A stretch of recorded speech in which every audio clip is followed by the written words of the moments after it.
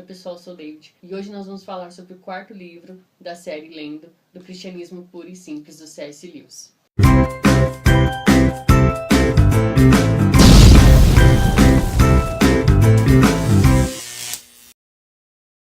Como combinado, nós vamos hoje até o capítulo 6 desse quarto livro, que é o último livro, e aí nós estamos chegando ao fim desse livro, faltam apenas 100 páginas, e aí mais 2 vídeos a gente chega no final. O livro de número 4 tem como título Além da Personalidade, ou Os Primeiros Passos na Doutrina da Trindade. E aí agora nós vamos falar sobre o capítulo 1, Criar e Gerar. Primeiro o C.S. Lewis vai falar sobre teologia. Quando ele pretendia abordar o assunto, muitas pessoas falaram para ele não fazer isso. O que ele acabou falando que ele acabou rejeitando esses conselhos e foi falar justamente sobre teologia.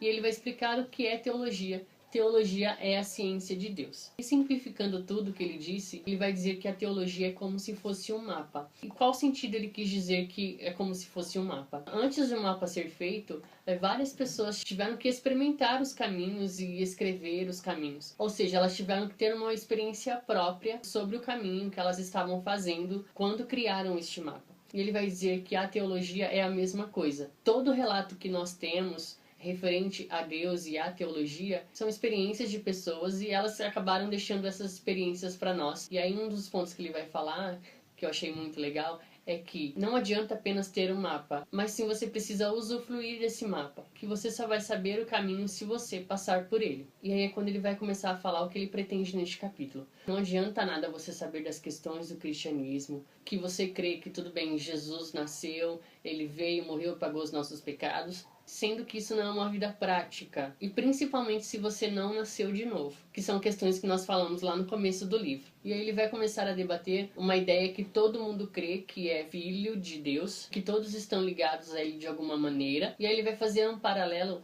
entre ser filho de Deus e se tornar filho de Deus. Daí é que vem o ponto do capítulo, criar ou gerar. E ele vai falar do ponto em que a Bíblia fala que Cristo foi gerado e ele não foi criado. Ele vai pegar um versículo que vai falar que Jesus foi gerado antes da fundação do mundo, e aí ele vai exemplificar estas coisas. Gerar tem um sentido biológico e criar é quando eu crio qualquer coisa. O ponto que ele quer falar aqui é que esta criação nunca será a pessoa que o criou e que o homem também não fica atrás de toda a criação. Toda a criação, ela tem um ponto específico que revela a Deus. O espaço revela a grandeza de Deus. Os sentimentos que nós vemos em animais e nos homens também revelam um pouco do amor de Deus. Então ele vai dizer que toda a criação ela revela um pouquinho de Deus. Assim é também com o homem que foi criado nessa vida natural. Ele é como se fosse esse objeto criado. Ele não tem vida. Ele não se torna como o seu criador. Ainda que o homem seja a coroa da criação. E em comparação a tudo que foi criado, ele está acima. E aí é quando ele vai falar sobre os dois tipos de vida. A vida biológica é chamada de bios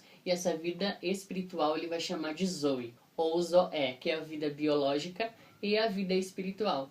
É nesse sentido, em que a vida biológica que nós temos naturalmente, como comer, beber, dormir, esta vida biológica que nós temos não é a nossa vida espiritual. E daí é que vem essa diferença. Se uma pessoa ela não tem vida com Deus, ela não pode se tornar filho de Deus.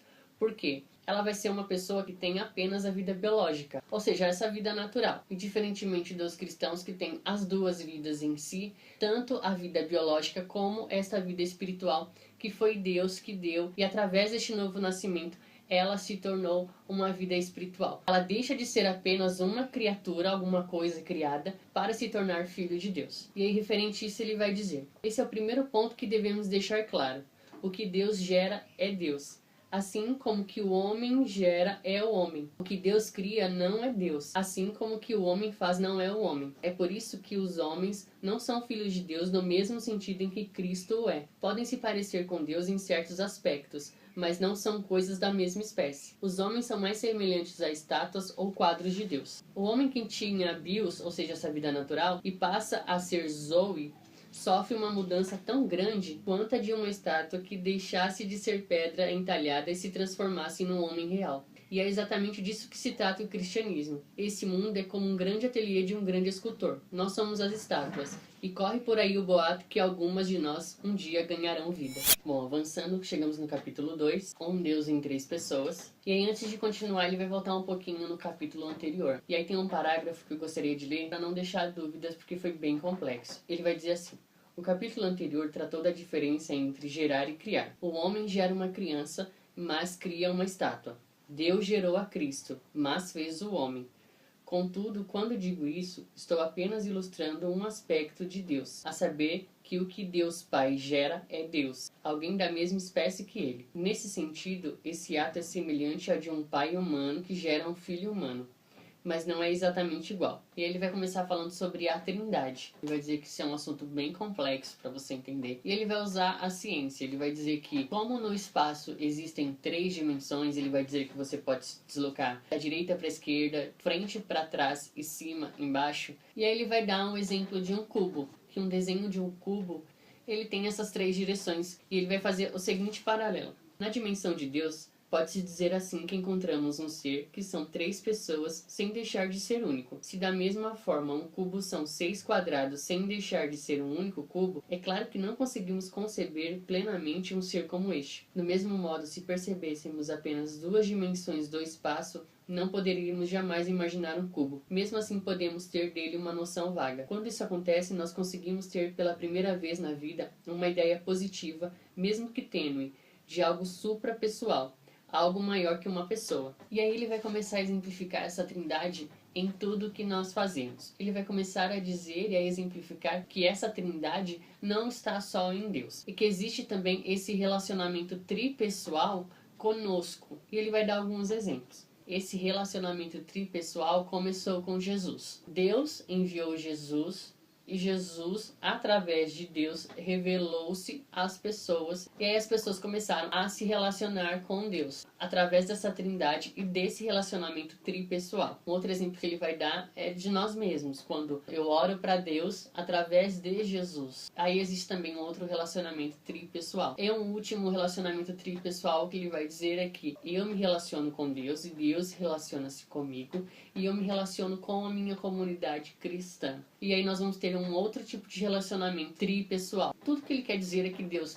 além de ser 3, ele usa esse modelo de relacionamento tripessoal. E aí eu vou voltar na questão que Deus é um Deus pessoal. Desse relacionamento pessoal ele vai dizer 2 tópicos. Como ele falou lá no primeiro capítulo, que esse mapa, essa teologia, ela precisa ser vivida e experimentada, ele vai dar um exemplo de não é como se você pudesse observar um ser vivo de um telescópio, mas sim que essa observação é feita pelo próprio homem e o próprio homem se observa, ou seja, o instrumento que nós vemos Deus é o nosso próprio ser. E um outro ponto que ele vai dizer que diferente de quando uma pessoa estabelece a amizade e ambas precisam trabalhar juntas, ele vai dizer novamente que é a pessoa de Deus, ele que faz essa construção e essa revelação pessoal para cada ser humano. E um dos pontos que ele vai falar é sobre essa questão de Deus é se revelar às pessoas. Por que ele se revela mais para algumas pessoas e para outras menos, e para algumas ele não se revela? Ele vai dizer o seguinte: quando se trata do conhecimento de Deus, a iniciativa cabe inteiramente a ele. Se ele não se revelar, nada que você fizer o capacitará a encontrá-lo. E na verdade, ele se dá a conhecer muito mais a certas pessoas do que às outras. Não porque ele tenha predileções, mas é porque é impossível que ele se revele a um homem cuja mente e cujo caráter estejam em más condições. Da mesma forma que raios de sol, apesar também de não terem predileções, não se refletem tão bem num espelho empoeirado quanto num espelho polido. Se o homem não estiver limpo e brilhante, sua visão de Deus será turva, como uma lua vista por um telescópio sujo. Ou seja, Deus só vai se revelar para as pessoas que têm uma certa pureza, vamos dizer assim, e conseguem captar esta mensagem de Deus. Porém, isso ele vai dizer: Deus só pode se revelar verdadeiramente para homens de verdade. Isso não significa apenas homens individualmente bons, mas homens unidos entre si num único corpo, amando-se, auxiliando-se mutuamente, revelando Deus uns aos outros. Pois é assim que Deus quer que a humanidade seja. Em consequência, o único instrumento verdadeiramente adequado para conhecer a Deus é a comunidade cristã como um todo, a comunidade dos que juntos o aguardam. E aí chegamos no capítulo 3, Tempo Além do Tempo. Esse capítulo eu vou resumir ele de uma forma bem simples, porque ele vai falar de algumas coisas que ele acredita como Deus está relacionado ao tempo. Alguém falou para C.S. Lewis que ele não acredita que Deus seja capaz de atender várias pessoas ao mesmo tempo. E aí é quando C.S. Lewis vai dizer que há pessoas que acreditam que Deus está preso ao nosso tempo e ele não consegue fazer várias coisas ao mesmo tempo. E aí eu tentei pensar por que ele falou sobre isso. Parece que é um assunto que quebra o livro no meio do nada. E aí eu entendi que, como ele falou no último capítulo, que Deus é um Deus que se relaciona, pelo que eu entendi, C.S. Lewis quis quebrar esse mito. O segundo ponto que eu vou dizer é que C.S. Lewis vai defender a sua tese. A ideia que ele quer passar é que Deus está acima do tempo e todas as coisas que ele vive, vamos dizer assim, para o nosso entendimento, passado, presente e futuro, para Deus não existe. É como se fosse agora, eternamente. Então, nesse tempo que nós chamamos de tempo Kairos, Deus vive as coisas como se ela estivesse acontecendo agora. E uma coisa que ele disse também nesse capítulo é que Deus não tem história. Porque a história sempre vai ter um começo, um meio e o fim. E aí, como nós, como seres humanos, não conseguimos delimitar essa história de Deus de começo, meio e fim, é no sentido de você saber a história por completo. Então não existe a história de Deus, porque a história dele é agora. Não tem como mensurar esse começo, meio e fim. Isso na visão que ele não está preso ao nosso tempo. É sobre isso que C.S. Lewis vai falar. E aí nesse capítulo eu só vou ressaltar um parágrafo que me chamou muito a atenção. Ele disse assim: Deus não precisa se afobar no fluxo de tempo deste universo.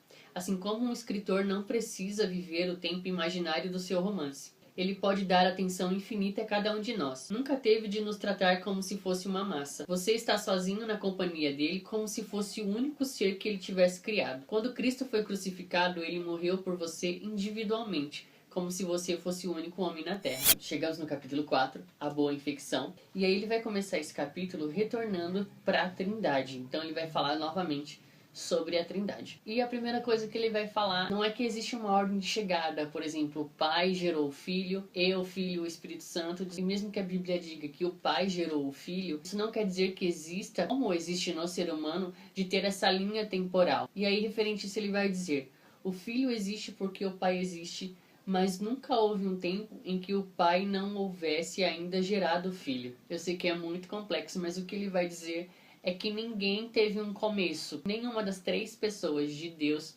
chegou primeiro. Eles existem neste tempo atemporal como sempre. E aí uma coisa que ele vai falar que a união do pai e o filho, ele vai dar um exemplo de quando as pessoas se unem para fazer alguma coisa em conjunto, elas desenvolvem ali um comportamento que elas não teriam se elas estivessem sozinhas. Esse tipo de comportamento ele vai chamar de espírito. Então ele vai fazer uma comparação. Quando o pai e o filho estão juntos e essa junção deles ele vai comparar como uma dança, que a cada passo que eles fazem, essa concordância e essa maneira de estarem juntos vai gerar esse espírito que nós vamos chamar de Espírito Santo.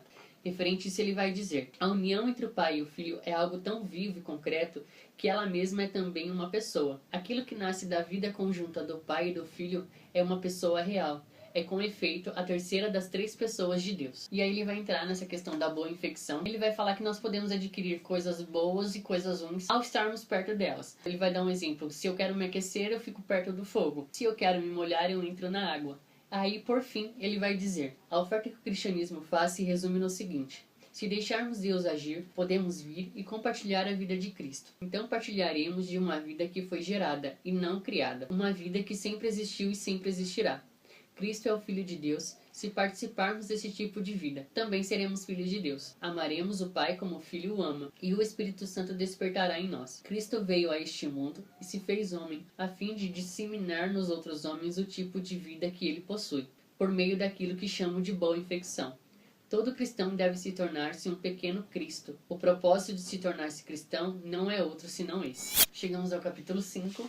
Os teimosos soldadinhos de chumbo. O que ele vai falar nesse capítulo de modo bem prático? Imagine se um soldadinho de chumbo ganhasse vida, e que ao passo dessa nova vida, tudo que fosse chumbo nele fosse sendo transformado em carne. Ele vai fazer meio que um paralelo com a vida cristã. O que aconteceria com esse chumbo? Ele se rebelaria, tentaria de todas as formas parar essa mudança. Fazendo uma alusão aqui, é como se fosse essa vida espiritual e essa vida natural lutando entre si e combatendo entre si para ver quem é que vai ganhar. É o que acontece também na vida cristã. E aí, por fim, ele vai dizer que esta mudança ela já foi gerada em Cristo. Cristo desceu e morreu e ressuscitou justamente para nos dar esta vida, para que possamos ser transformados nesses soldadinhos de carne. E aí, novamente, ele vai falar sobre essa boa infecção, dessa vida que Cristo tem para nos proporcionar e que isso tudo já foi feito. Aí no fim ele vai dizer assim: de que modo então Jesus afetou toda a massa da humanidade? Da seguinte maneira: toda a tarefa de nos tornarmos filhos de Deus, de transformar-nos de seres criados em seres gerados, de passarmos de uma vida biológica provisória para uma vida espiritual eterna, toda essa tarefa já foi feita para nós. Deus se encarregou dela. A humanidade já foi salva em princípio. Nós, indivíduos, temos de nos apropriar dessa salvação, mas o trabalho pesado que nunca conseguiríamos levar a cabo sozinhos já foi feito. O 6º capítulo, as 2 notas, diferente ao que ele falou do capítulo anterior. E as 2 notas são as seguintes. A primeira, um crítico mandou uma certa pergunta para ele. Se Deus queria que fôssemos seus filhos e não soldadinhos de brinquedos, por que ele não gerou muitos filhos desde o começo, em vez de criar bonequinhos e depois dar-lhe vida por meio de um processo tão doloroso e difícil? E aí eu vou me ater na resposta que ele diz que é a mais fácil. Porque a mais difícil, ele vai falar que é muita especulação, e eu acredito que é muito da parte dele. Então, a resposta principal é que não teria o livre-arbítrio, e sim seriam pessoas robotizadas e não conheceríamos o amor na sua forma plena. A segunda nota diz do exemplo que ele deu no capítulo anterior, que eu acabei não citando, que foi um exemplo que ele deu como Deus vê toda a humanidade. Ele deu um exemplo como se fosse uma árvore e todo mundo tivesse ligado de certa forma. O exemplo que ele deu é como você fazer aquela atividade de árvore genealógica. Aí tem a árvore e você vai colocando as fotinhos. Esse foi o exemplo que ele deu. E ele só ressaltou o seguinte: não é porque Deus pode nos ver ligados de certa forma que também nós não tenhamos as nossas próprias experiências e que Deus não leva em consideração a nossa individualidade. Ou seja, nós somos seres distintos, totalmente diferentes uns dos outros. Bom, e aqui nós terminamos essa primeira parte, até o capítulo 6. E aí, para a próxima semana, nós vamos fechar o livro e vamos encerrar. Nós vamos ler do capítulo 7 até o capítulo 11, que é das páginas 247 até a página 300. Eu espero que vocês tenham gostado. Não esqueçam de compartilhar, não esqueçam de comentar e não esqueçam de curtir o vídeo. Eu vou ficando por aqui. Espero vocês para conversarmos uma última vez sobre o livro Cristianismo Puro e Simples. Eu vou ficando por aqui. Um abraço. Até a próxima.